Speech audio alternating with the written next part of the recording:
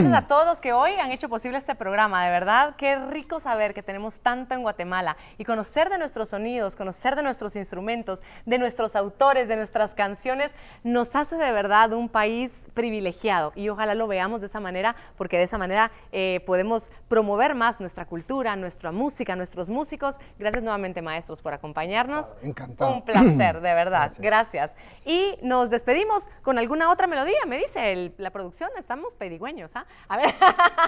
A ver si se puede y así nos despedimos. Amigas y amigos, gracias por acompañarnos una vez más. Hasta la próxima.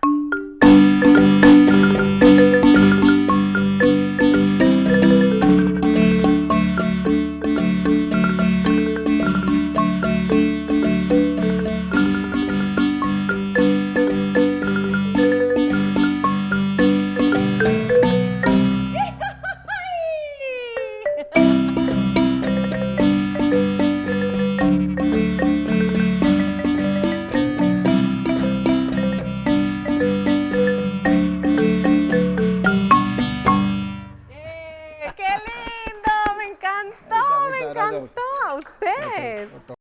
Guatevisión presentó